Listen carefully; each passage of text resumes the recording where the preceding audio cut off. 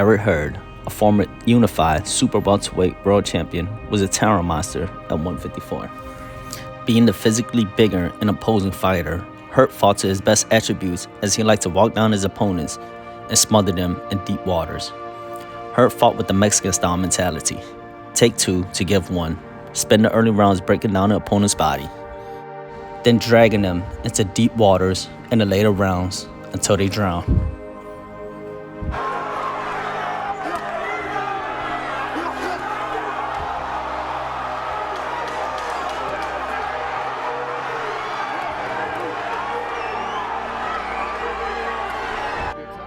When Hurd faced off against Williams, from the opening bell, you can see how physically imposing Hurd is over Williams, who would try to establish his dominance early to control the tempo to maintain a grueling fight pace. On the inside, Williams has the advantage because he has the shorter arms. Hurd has to maneuver more just to get his shots through. Williams, on the other hand, has the shorter arms, which gives him the shorter angles. So if he throws the shorter punches, he should beat Hurd to the punch every time.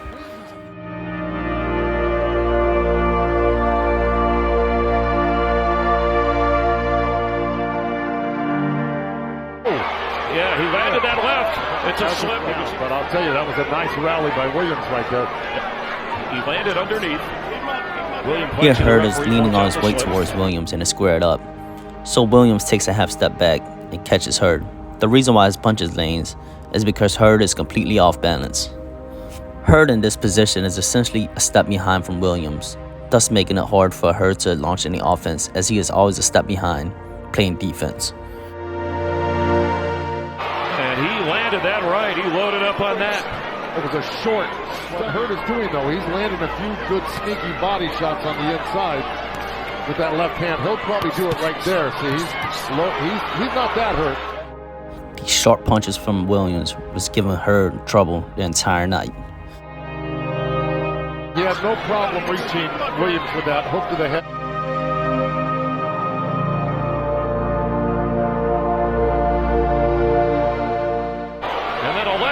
By Williams. Oh! Down is Hurd in the ropes. This is the first punch that affected Hurd the most. At the top of the head, messes up your equilibrium. A little bump with the shoulder, and then he chopped him with the right hand. Uppercut. Yeah, that left didn't look like it landed. All right, Larry, thank you. So the first 3 rounds, Williams with the lead. Oh. Lennox, your thought on...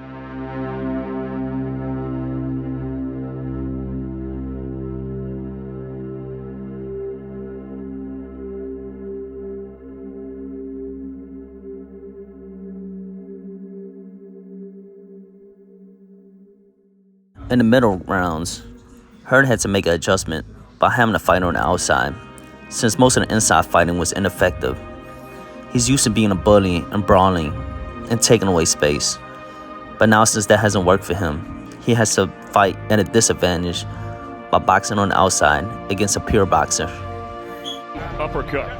Oh. And here's the right uppercut, right on the chin.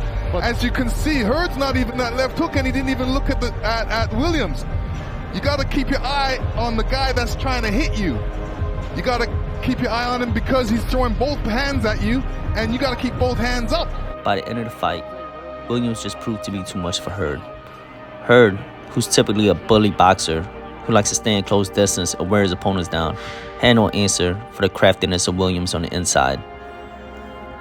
By taking away the inside fighting against the bully, you're essentially making them box at this point, which is something that is inherently unfamiliar with them.